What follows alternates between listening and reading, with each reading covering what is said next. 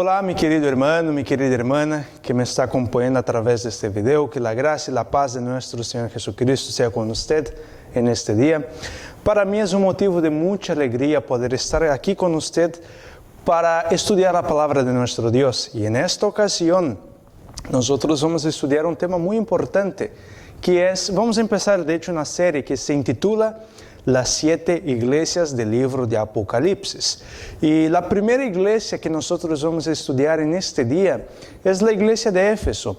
Y vamos a ver qué importancia tiene la iglesia de Éfeso, qué papel la iglesia de Éfeso va a desempeñar en la historia del cristianismo y qué lecciones nosotros podemos sacar de la iglesia de Éfeso para nuestra vida.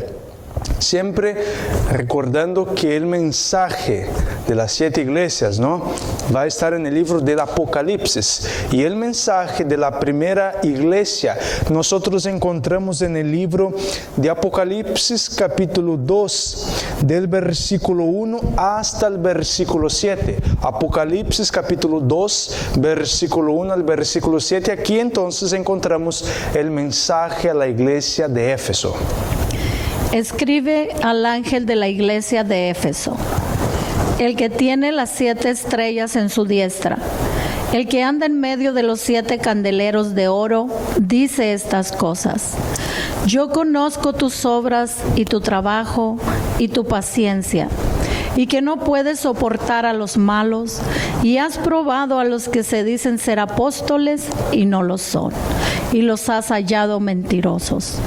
Y has sufrido, y tienes paciencia, y has trabajado por mi nombre, y no has desmayado. Pero tengo contra ti que has dejado tu primer amor. Recuerda, por tanto, de dónde has caído, y arrepiéntete, y haz las primeras obras, pues si no, vendré pronto a ti y quitaré tu candelero de su lugar, si no te hubieres arrepentido. Pero tienes esto, que aborreces las obras de los nicolaítas, las cuales yo también aborrezco. El que tiene oído, oiga lo que el Espíritu dice a las iglesias. Al que venciere, le daré a comer del árbol de la vida, el cual está en medio del paraíso de Dios. Aquí nosotros encontramos el mensaje entonces a la iglesia de Éfeso. Y hay varios puntos en este día que yo quiero meditar con usted, en la iglesia de Éfeso. Podemos separar en 7 partes el mensaje a Éfeso, Aquí nosotros vemos los puntos positivos de la iglesia de Éfeso. También encontramos puntos negativos que existen en la iglesia de Éfeso. Pero también aquí el Señor deja un consejo para la iglesia de Éfeso, Entonces, hay 3 puntos muy importantes, pero esos 3 puntos importantes, puntos positivos, negativos y consejos, nosotros vamos a separar esto en 7 partes y vamos a ver la importancia del mensaje que nosotros encontramos aquí y qué lecciones vamos a tomar para nuestra vida. Pero la iglesia de Éfeso, la primera parte aquí, el versículo 1, viene hablando acerca del ángel. ¿Y quién es este ángel en la iglesia de Éfeso? Esto nosotros encontramos en el libro Obreros Evangélicos, la página 13. Nosotros encontramos aquí la sierva del Señor explicando un poco quién es el ángel de la iglesia de Éfeso. Los ministros de Dios están simbolizados por las 7 estrellas, las cuales se hallan bajo el cuidado y protección especiales de aquel que es el primero y el postrero. Las suaves influencias que han de abundar en la iglesia están ligadas con estos ministros de Dios, que han de representar el amor de Cristo. Las estrellas del cielo están bajo el gobierno de Dios. Él las llena de luz, Él guía y dirige sus movimientos. Si no lo hiciese, pasarían a ser estrellas caídas. Así sucede con sus ministros. No son sino instrumentos en sus manos, y todo el bien que pueden hacer se realiza por su poder. Mire qué detalle bien interesante aquí. El ángel de cada iglesia, la iglesia de Éfeso, la iglesia de Esmirna, la iglesia de Pérgamo, de Sardes, de Tiatira y todas las demás iglesias que nosotros encontramos en Apocalipsis, todos los ángeles aquí son simbolizados por los ministros, por los maestros, por los pastores de la iglesia. Es decir, este mensaje es un mensaje solemne para los líderes actual de las iglesias. Entonces, siempre que el Señor va a direccionar un mensaje a su pueblo, primeramente el Señor habla a los líderes. En este caso aquí serían los ministros, serían aquellos que enseñan al pueblo. Pero quizás alguien está pensando, bueno, entonces solo para los pastores y para mí no. No es así. A todos nosotros el Señor nos ha confiado una misión. La misión de predicar el último mensaje de amonestación. Todos nosotros tenemos esta misión. Entonces decir que claro, en específico se habla a los pastores, pero eso no está dejando a los miembros a un lado. También es para los miembros. El Señor también habla a los miembros. Todos aquellos que tienen el deseo o todos aquellos que predican el mensaje son ministros del Señor. Mira lo que dice el profeta Daniel. Daniel capítulo 12, el versículo 13. Daniel capítulo 12, versículo 13. Y los entendidos resplandecerán como el resplandor del firmamento, y los que guiaron a muchos a la justicia como las estrellas a perpetua eternidad. Miren acá que Daniel, inspirado por el Señor, inspirado por el Espíritu Santo, dicen que los ministros son todos aquellos que enseñan, todos aquellos que hablan la palabra de Dios, que hablan de la palabra de Dios. Ellos son ministros. Entonces quizás alguien que me está escuchando dice, bueno, yo no soy ministro. Sí lo eres. Si tú predicas la palabra de Dios, si los sábados en tu iglesia, en tu grupo pequeño o en los estudios bíblicos, tú estás enseñando a alguien, tú eres un ministro. Y este mensaje se aplica a ti también, a toda la iglesia. ¿Qué más quisiera Dios? Que todos los miembros de su iglesia estuvieran predicando, estuvieran enseñando a los demás. Pero hay personas que dicen que yo no tengo talento, yo no predico. Pero igual sirve para uno también, para aquellos que no predican, porque todos tenemos esta misión de compartir la palabra, el evangelio. Pues esa es la promesa que el Señor ha hecho, de que cuando todo el mundo escuche hablar del mensaje de los tres ángeles, entonces Él vendrá por segunda vez para buscar a su iglesia, para buscar a su pueblo. Entonces esa es tu misión también, mi querido hermano, mi querida hermana. Pero aquí nosotros también encontramos en el mensaje a la iglesia de Éfeso acerca del candelabro, ¿no? ¿Qué simboliza, qué representa el candelabro aquí? Y nosotros encontramos esta explicación en el libro Hechos de los Apóstoles, la página 468. Hechos de los Apóstoles, página 468. Se habla de Cristo como caminando en medio de los candeleros de oro. Así se simboliza su relación con las iglesias. Está en constante comunicación con su pueblo. Conoce su real condición. Observa su orden, su piedad y su devoción. Aunque es el sumo sacerdote y mediador en el santuario celestial, se le representa como caminando de aquí para allá en medio de sus iglesias en la tierra. Miren, hermanos, aquí el candelabro o el candelero, ¿no? Como usted quiera llamar, simboliza la iglesia. Entonces, son 7 iglesias en Apocalipsis y el candelabro tenía ¿cuántos brazos? 7 brazos. Entonces, aquí el Señor nos está diciendo que Cristo Jesús está caminando por en medio de su iglesia. Entonces, las 7 iglesias del libro de Apocalipsis simbolizan los 7 períodos o las 7 etapas del cristianismo después de Cristo. Acuérdense que la iglesia de Éfeso ahí empieza en el año 31 después de Cristo. Ahí es cuando tiene el surgimiento de la iglesia de Éfeso. Éfeso entonces, y también las demás iglesias, o sea, todo el candelabro acá, el candelero, simbolizan el periodo de estas iglesias. Claro que va llegando hasta el último día, a los últimos días, la última iglesia. Por ejemplo, cuando nosotros vamos al santuario y empezamos a estudiar el santuario, sus compartimentos y los muebles del santuario, en el lugar santo del santuario, y nosotros encontramos el candelabro. Acuérdese que el tabernáculo, que el templo, el santuario no tenía ventanas. Entonces no entraba la luz solar allí. Por afuera era cubierto con cuero de animales. Entonces la luz solar no podía penetrar. Era un lugar oscuro. Y entonces la función del candelabro era iluminar a todo el santuario, el lugar santo y por supuesto que el lugar santísimo también.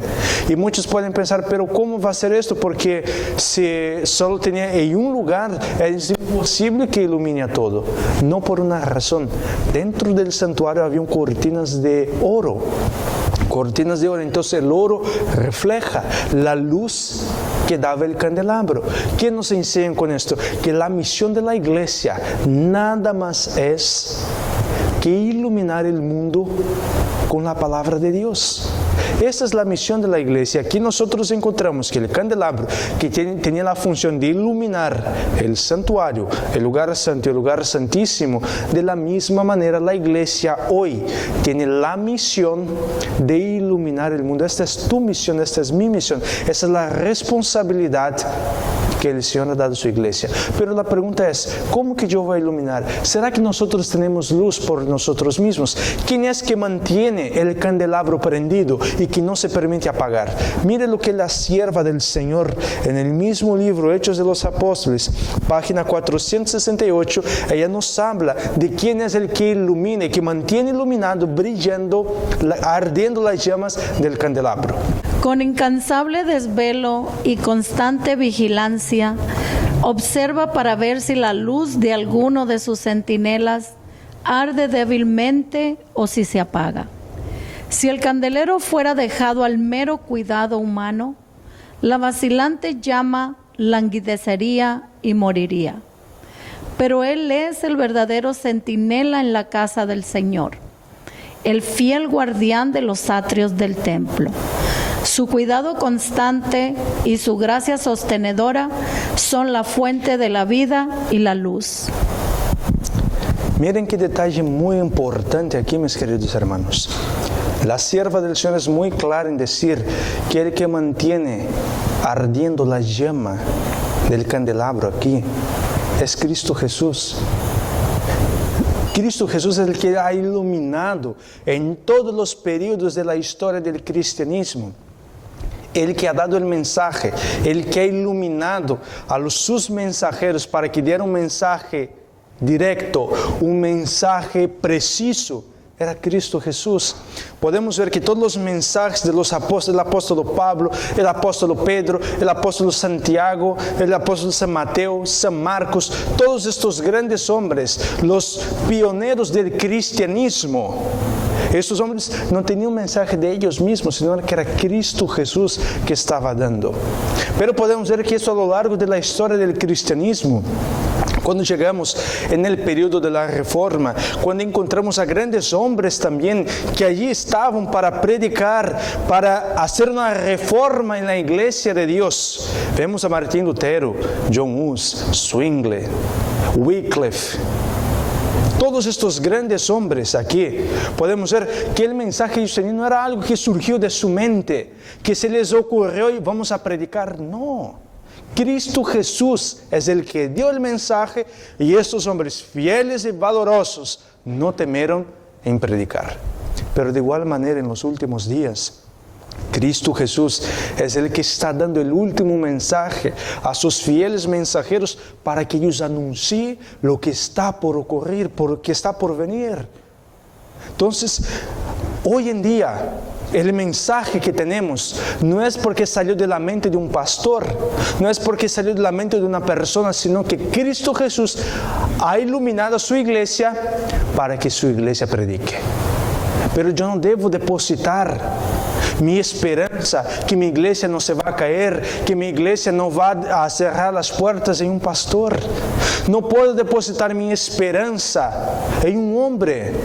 La Biblia es muy clara en decir, maldito es el hombre que confía en el hombre. El que está manteniendo la iglesia firme, el pilar, la columna de la iglesia, no es un líder, no es un presidente, no es un pastor, no es un anciano, sino que es Cristo Jesús. Y en Él debemos depositar nuestra confianza, porque Él es el que está con largos desvelos, manteniendo su iglesia con la llama prendida. Entonces Cristo Jesús es el que está iluminando a su iglesia, el que está conduciendo, el que está guiando a su iglesia por un buen camino. Pero ya hemos visto entonces el primer punto acerca del ángel de la iglesia de Éfeso, que es el candelabro, quién es el que mantiene la llama prendida, pero debemos entender qué significa, cuál era el carácter de la iglesia de Éfeso. Y nosotros encontramos que el carácter de esta iglesia es una iglesia de arduo trabajo. Miren Apocalipsis capítulo 2, versículo 2. Apocalipsis capítulo 2, versículo 2. Yo conozco tus obras y tu trabajo y tu paciencia, y que no puedes soportar a los malos, y has probado a los que se dicen ser apóstoles y no lo son, y los has hallado mentirosos. Vamos a dividir este versículo en dos partes. Aquí nosotros vamos a quedar primero con la primera parte de este versículo, que aquí nos viene diciendo que la iglesia de Éfeso, entonces el Señor está alabando un punto positivo que tenía la iglesia de Éfeso, que era una iglesia de arduo trabajo, era una iglesia muy misionera, era una iglesia que no se importaba con los peligros de la época, era una iglesia que predicaba, era una iglesia que había recibido la misión, abrazó la misión, aceptó con todo su corazón, pero no fue una iglesia que quiso guardar para sí la verdad que Cristo les había dado, sino fue una iglesia que quiso compartir con las demás personas lo que el Señor les había dado. Y vamos a ver en la Biblia qué simboliza o qué quiere decir arduo trabajo. ¿Qué es esta característica? ¿Qué es lo que nosotros podemos considerar como arduo trabajo? Segunda de Corintios, capítulo 11, versículo 23 al 28. Segunda de Corintios 11, 23 al 28. Aquí nosotros vamos a ver qué es el arduo trabajo. ¿Son ministros de Cristo? Como poco sabio hablo, yo más. En trabajos más abundante, en azotes sin medida, en cárceles más, en peligros de muerte muchas veces. De los judíos, 5 veces he recibido 40 azotes menos 1. 3 veces fui azotado con varas, 1 vez apedreado, 3 veces padecí naufragio, y 1 noche y 1 día estuve en las profundidades. En jornadas muchas veces, peligros de ríos, peligros de ladrones, peligros de los de mi nación, peligros entre los gentiles, peligros en la ciudad, peligros en el desierto, peligros en el mar, peligros entre falsos hermanos, en trabajo y fatiga, en muchas vigilias, en hambre y sed, en muchos ayunos, en frío y en desnudez. Además de esto, lo que sobre mí se agolpa cada día, la carga de todas las iglesias. Miren aquí, hermanos, vemos claramente una característica de arduo trabajo. La vida del apóstol Pablo fue una vida de intenso trabajo y sacrificio por la obra de Dios. El apóstol Pablo se gastó y se dejó gastar por este santo evangelio. Yo no puedo entender o imaginar una persona que es apedreada casi hasta la muerte, sacado de la ciudad media muerta, es tirada en un basurero Y esta persona se levanta, sacude el polvo y se va a otra parte porque tenía que predicar. Una persona que fue perseguida por sus propios hermanos y aún sigue ahí firme para predicar. Esto es lo que falta a la iglesia hoy en día, el amor por la misión, el amor por la obra de Dios. Porque a lo menor contratiempo nos desanimamos. Si hace mucho calor, no queremos ir porque hace calor. Si hace frío, no queremos hacer la obra misionera porque está haciendo frío. Siempre buscamos excusas para no trabajar para Dios. Pero la iglesia de Éfeso aquí era una iglesia que cuando ella recibe la misión, a ella no le importaba nada más. Lo único que esta iglesia quería era predicar y predicar a Cristo. Y es lo que usted y yo debemos hacer hoy. Pero mire lo que la sierva del Señor en el libro Hechos de los Apóstoles, página 462, habla sobre Éfeso y algunas características, nos amplía un poco más, algunas características de esta iglesia. Llenos de amor para con su Redentor, su más alto propósito era ganar almas para Él. No pensaron en atesorar para sí el precioso tesoro de la gracia de Cristo. Sentían la importancia de su vocación y cargados con el mensaje sobre la tierra paz, entre los hombres buena voluntad, ardían en deseos de llevar las buenas nuevas de la salvación a los rincones más remotos de la tierra. Miren, hermanos, este era el amor que la iglesia de Éfeso tenía. Era una iglesia que tenía un profundo amor por las demás personas y querían que las demás personas se salvaran, porque ellos querían predicar y predicar. Predicaban a todos, porque la iglesia había aceptado y ella vivía lo que predicaba. Por eso es que la iglesia de Éfeso es una iglesia que tuvo mucho éxito. Muchas personas empezaron a abandonar el paganismo para convertirse al cristianismo. Acuérdese que la iglesia de Éfeso vivía un periodo muy difícil.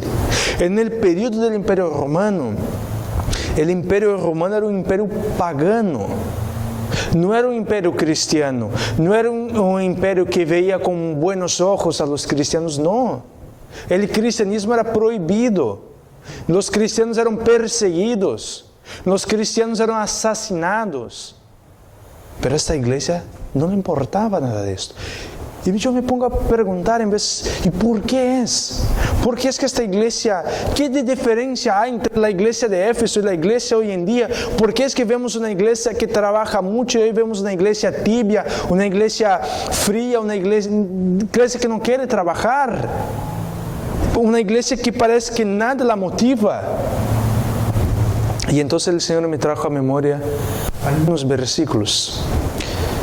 Y el primero de los versículos no vamos a leer por cuestión de tiempo, pero es un texto del apóstol Pablo, que él viene hablando acerca de los que murieron.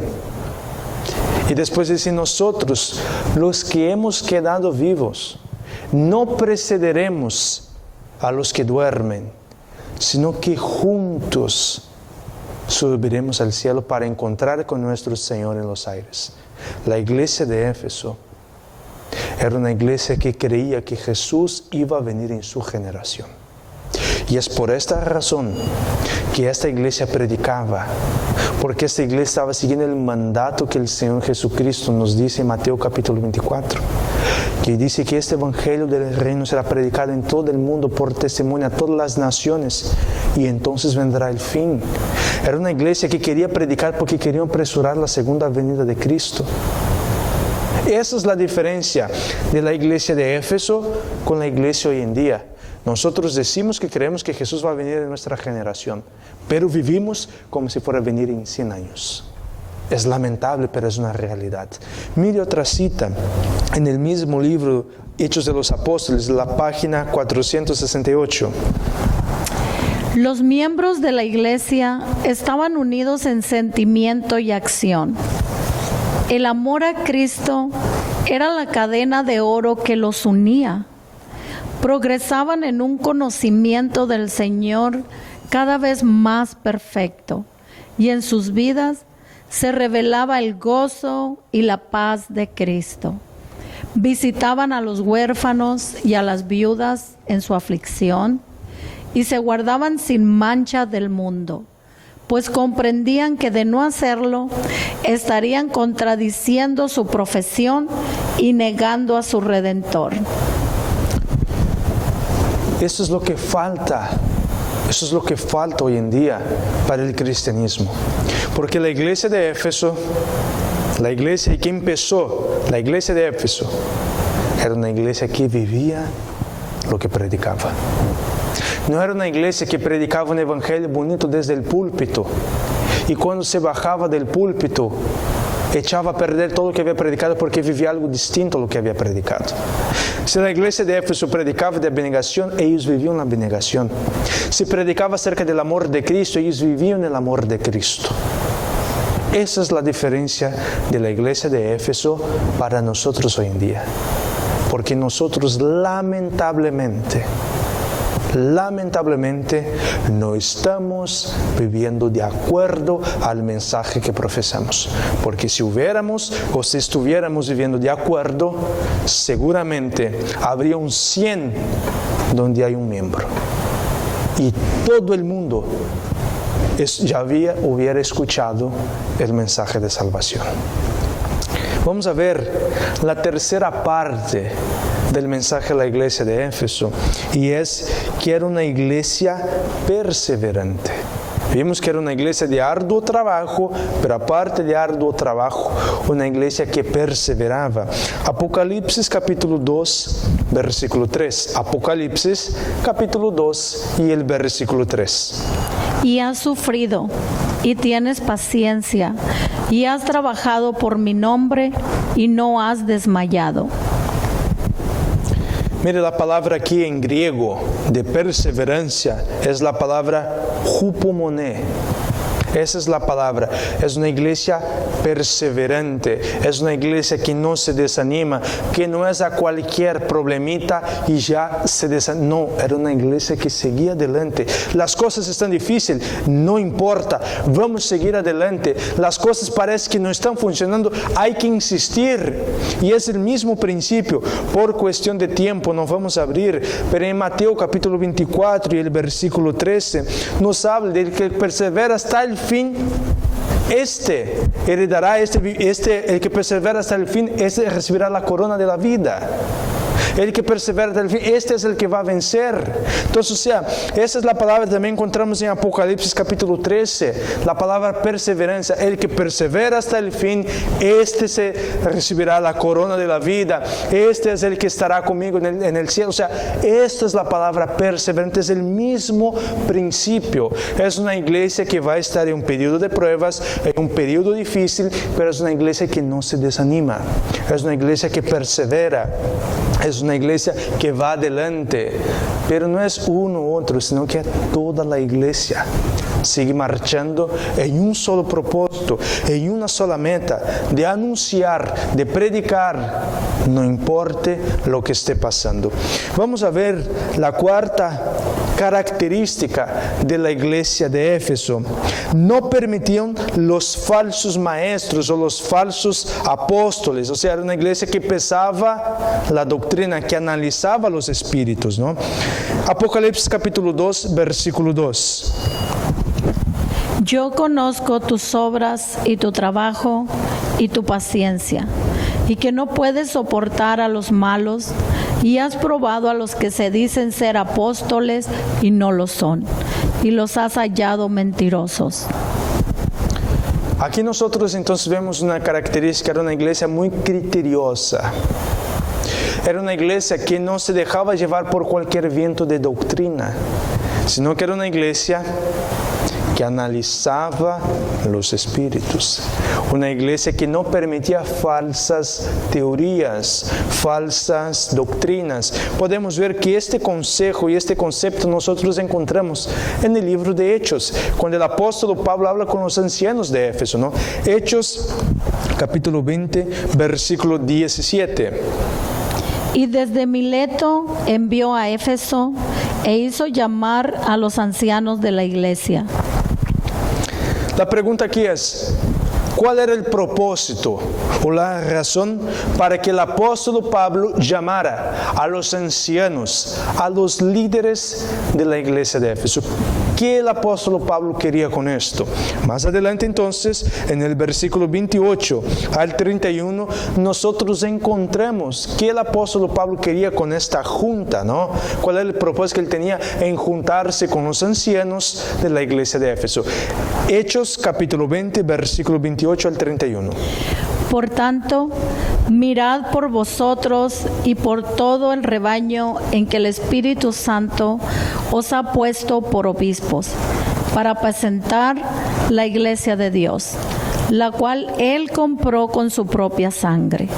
Porque yo sé esto, que después de mi partida entrarán en medio de vosotros lobos rapaces que no perdonarán al rebaño. Y de vosotros mismos se levantarán hombres que hablen cosas perversas, para llevar discípulos tras sí.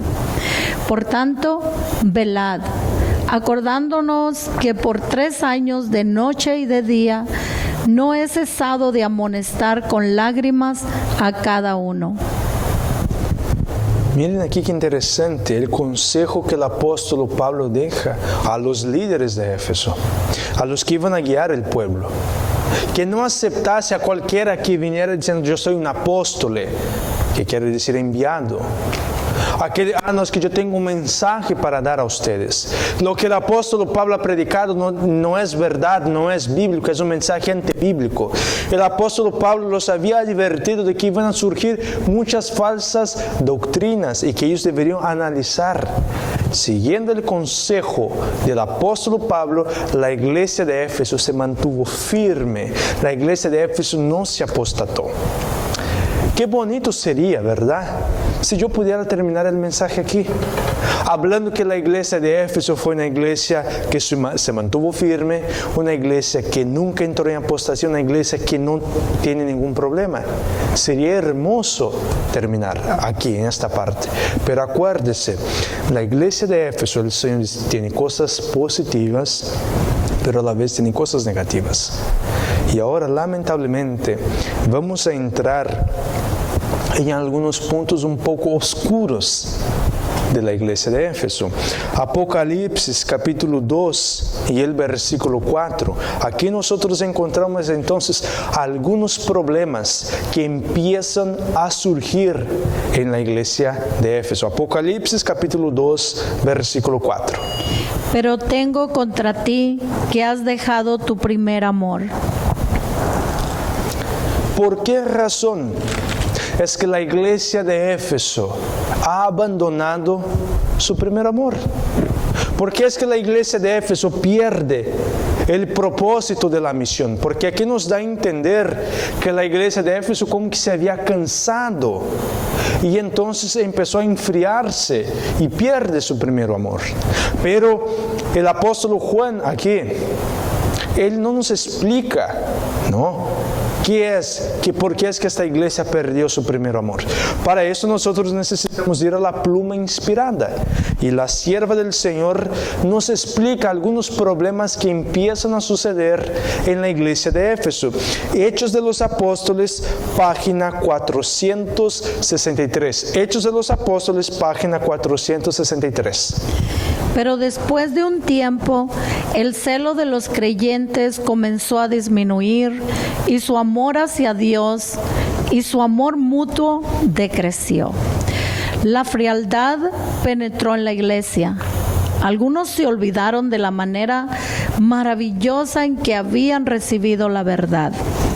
Uno tras otro, los viejos portaestandartes cayeron en su puesto. algunos de los obreros más jóvenes que podrían haber sobrellevado las cargas de los soldados de vanguardia y así haberse preparado para dirigir sabiamente la obra, se habían cansado de las verdades tan a menudo repetidas. Hermanos, esto es triste, pero es algo que pasa, podríamos decir, en todo movimiento. Cuando los pioneros de cada movimiento, a lo largo de los años, pasan al descanso, la siguiente generación, que deberían seguir en la misma nota la misión de sus pioneros, en el mismo propósito, lamentablemente muchos de ellos ya no vienen con el mismo empeño, con las mismas ganas, con el mismo interés y con el mismo amor. Porque la sierva del Señor dicen que la iglesia de Éfeso, cuando empieza a ver los nuevos líderes, empezó a entrar frialdad y no siguieron defendiendo los mismos estándares de sus pioneros y empezaron a disminuir algunos principios porque se cansaron de las doctrinas ya viejas. Eso es un problema que pasa.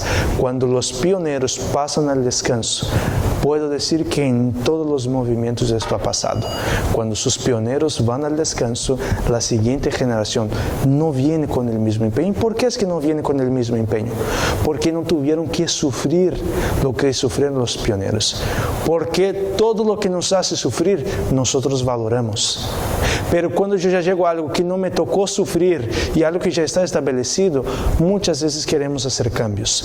Pero mira que la sierva del Señor continúa hablando en el mismo libro, Hechos de los Apóstoles, página 463. En su deseo de algo novedoso y sorprendente, intentaron introducir nuevas fases de doctrina, más placenteras para muchas mentes, pero en desarmonía con los principios fundamentales del Evangelio. A causa de su confianza en sí mismos y su ceguera espiritual, no pudieron discernir que esos sofismas serían causa de que muchos pusieran en duda las experiencias anteriores y así producirían confusión e incredulidad.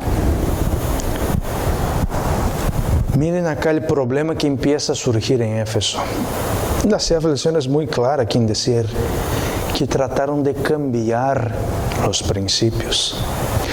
Y esto, lamentablemente, hoy en día también pasa.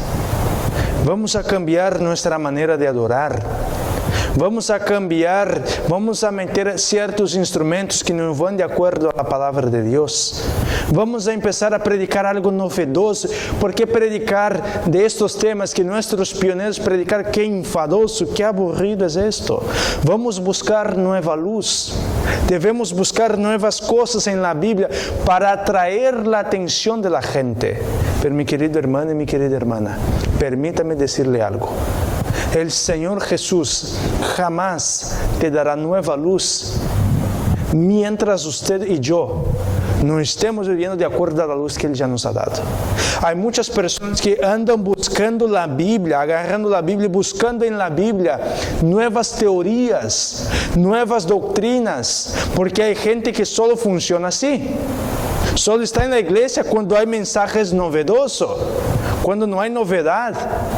No quieren estar, porque su vida muchas veces tiene un hueco, un vacío acá adentro, que se necesita llenar con cosas sensacionalistas, o con cosas que son antibíblicas. Y eso es lo que empieza a suceder acá en Éfeso. La nueva generación ya estaba un poco enfadada de los mensajes que ya traían sus pioneros y querían algo nuevo, querían seguir buscando nueva luz. Pero es imposible que Dios les diera nueva luz si ellos estaban rechazando la luz que ya Dios les había dado. Dios no puede dar, porque la luz es algo progresiva. Si usted empieza a vivir esta luz, entonces el Señor te da más luz. Y mientras más usted va viviendo de acuerdo a la luz que el Señor te ha dado, más luz te dará. Pero para esto hay que seguir un orden. Y en Éfeso aquí, ellos empezaron a dejar ese orden y lamentablemente hoy en día también se está dejando se ha cambiado mucho en la manera de adoración, en la manera de cómo venimos a la iglesia, a qué horas venimos a la iglesia. Muchas veces hoy en día la iglesia parece más un club en que nos vamos a encontrar con nuestros amigos, parece un desfile de moda, a presentar a la iglesia mi nuevo vestido, mi nuevo traje, mi nuevo peinado, mi nuevo zapato. Es un club social, porque se está dejando a un lado la palabra de Dios. Se está dejando a un lado los mensajes que nuestros pioneros se entregaron. Por este mensaje se está dejando a un lado para venir con nuevas teorías. Y esto es lo que hace una iglesia, ponerse fría y perder el amor. Vayamos a Apocalipsis capítulo 2 y el versículo 5 y vamos a ver ahora el consejo que el Señor da a la iglesia de Éfeso. Apocalipsis capítulo 2, versículo 5. Recuerda, por tanto, de dónde has caído y arrepiéntete, y haz las primeras obras, pues si no, vendré pronto a ti y quitaré tu candelero de su lugar si no te hubieres arrepentido. Miren aquí entonces lo que el Señor está diciendo a la iglesia de Éfeso es que esta iglesia debería arrepentirse. ¿De dónde? Recordar dónde había caído, dónde fue el origen de su queda, arrepentirse y volver a los caminos del Señor. Pero esta frase aquí, recuérdate, está en el presente continuo. No es, me recordé, me caí allá. No, es seguir recordando para no volver a caer. Eso es lo que el Señor está diciendo. Mira, recuérdate y ahora sigues recordando y avanzas, sigues adelante. Porque si no, te vas a perder. Y eso es lo que nosotros vemos. Hay muchas personas que vienen, es que yo he perdido mi primer amor. Ok, ¿qué vas a hacer con esto ahora? Perdiste tu primer amor, ahora qué quieres hacer? Tienes que hacer algo, tienes que recordar qué fue lo que te motivó, lo que te llevó a perder tu primer amor, estar recordando, seguir adelante y no volver a caer en esto. Porque si yo voy, pero aquí como que se me olvidó lo que me hizo caer, tarde o temprano voy a volver a caer en lo mismo. Entonces ese es el consejo a la iglesia de Éfeso. Pero un detalle muy importante aquí es que nosotros encontramos que se habla en contra de los nicolaitas. ¿Quién eran los nicolaitas? Nicolás era uno de los diáconos de la iglesia, se apostató. Y entonces aquí ven que la iglesia de Éfeso no aceptaba, no toleraba las creencias o la doctrina de los nicolaitas. Y entonces, ¿qué creen los nicolaitas para que ellos rechazaran por completo? Los nicolaitas creían en un dualismo radical, que el cuerpo y el espíritu estaban separados y que lo que haga el cuerpo no afecta el espíritu. Entonces, eso es lo que, si la persona comete adulterio, eso no importa, no va a afectar tu espiritualidad. Tú vas a seguir teniendo relación con Dios y Dios te va a aceptar porque tu espíritu es distinto a tu cuerpo. Pero ¿será esto cierto? Esto es imposible de ser cierto. Porque ¿cuántos de nosotros aquí podemos estudiar la Biblia con un dolor de muela, con un dolor de cabeza? Es imposible, no se puede. Uno no se puede concentrar en lo que está haciendo. Y mire lo que creían los nicolaitas. Mire esta cita acá. Aquellos que enseñan esta doctrina hoy tienen mucho que decir en cuanto a la fe y a la justicia de Cristo, pero pervierten la verdad y la usan para servir la causa del error. Declaran que solo es necesario creer en el Señor Jesucristo y que la fe es todo lo que necesitamos, que la justicia de Cristo es la credencial del pecador, que esta justicia imputada cumple la ley por nosotros y que no estamos obligados a obedecer la ley de Dios. Esto era lo que creían y era lo que predicaban los nicolaitas, ¿no? Pero podemos ver que hoy en día muchos están predicando de esto. Que le importa la fe, solamente la fe. No necesitas guardar la ley. Claro que la ley, ella no me salva. Ese no es el propósito de la ley. La ley no me puede salvar. Pero la Biblia es muy clara en decir, el apóstol Pablo, que ningún adúltero, que ningún fornicario, que ningún mentiroso, que ningún ladrón, que ningún asesino entrará en el cielo. La pregunta que yo hago es, ¿dónde yo encuentro que el adulterio, que la fornicación, la mentira, el asesinato es pecado? Si no es en la ley de Dios. Entonces, ¿cómo es esto? Que si mentiroso no va a entrar, pero no necesito guardar la ley. Quita la ley y no hay mentira. Quita la ley y no hay adulterio. Quitando la ley no hay asesinato. Eso es imposible. No tiene sentido. Muchos piensan que Jesús vino, murió por mí, me salvó y una vez salvo, salvo para siempre. Eso no es bíblico. Esto no es bíblico. Jesús vino para salvarnos de nuestros pecados. Pero lamentablemente muchos están predicando por el mundo afuera que Cristo viene a salvarme con mis pecados. No dicen abiertamente, claro que no van a decir esto. Pero al yo decir que solamente la fe y nada más, que soy salvo por fe, acepta a Jesús y eres salvo y no necesitas hacer nada. Esto tampoco es bíblico. Esto no es bíblico. Es más, la salvación no viene por la fe. Tú y yo somos salvos por gracia mediante la fe.